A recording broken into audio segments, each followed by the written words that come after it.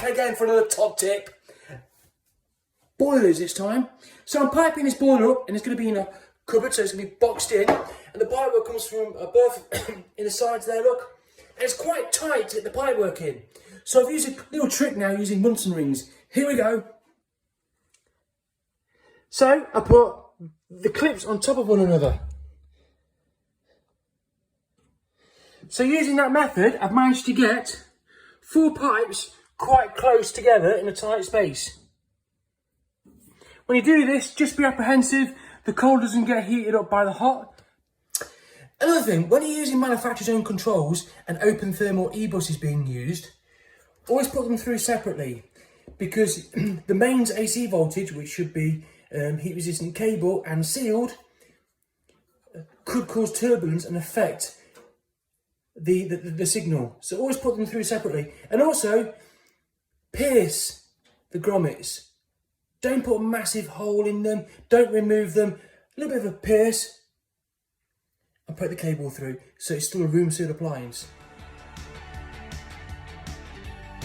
So let's take, for example, you've got a radiator. If it's cold at the bottom, it's sludge, it needs flushing out, call your local gas engineer. Or if it's cold at the top, it needs bleeding, you need to get a bleed key. One of these. Always make sure you've got enough pressure in the system, get a bit of cloth. If it's still cold after that and the pipes are hot to it, it could be this little thing. This is a thermostatic radiator valve, and there's a form of mercury in the top which expands depending on what the room temperature is. And the rooms indicate a room temperature, so usually about 3 is about 18 degrees. Now then, folks, this had the radiator cold, but the pipe was warm to it, and this is what I've done. So I unscrewed this valve at the top. I noticed the pin was seized. So I drop a WD-40,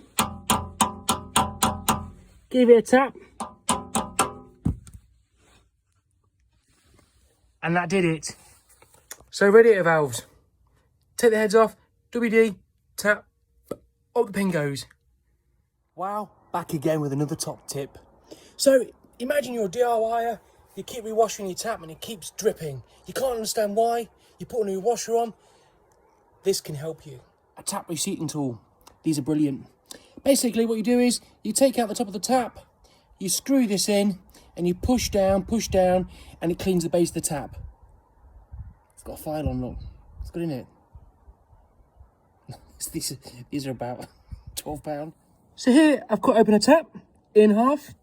You have a washer that sits on the base like so.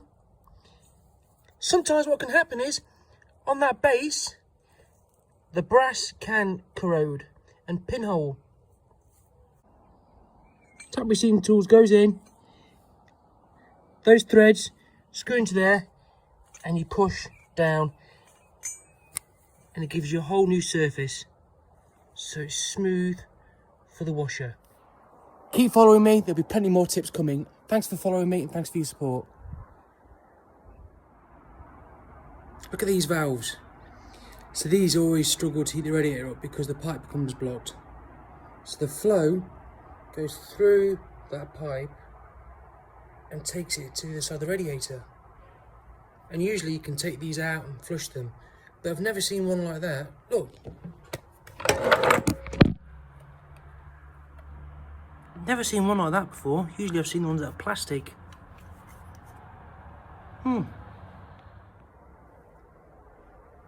Bit of history now. Let's talk about a single feed Primatic cylinder. So this cylinder separated the hot water and the heating using a pocket of air. So here is an indirect cylinder.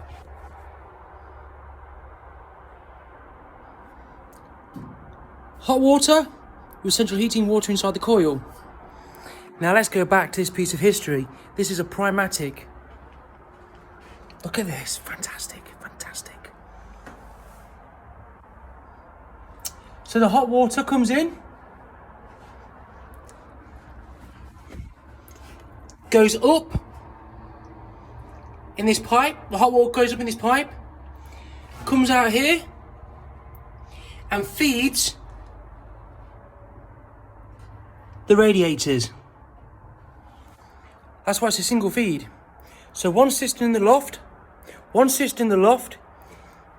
fills this up, goes inside the coil and feeds the radiators. And what separates it is across there, there's a pocket of air. Here's a vent. There you go.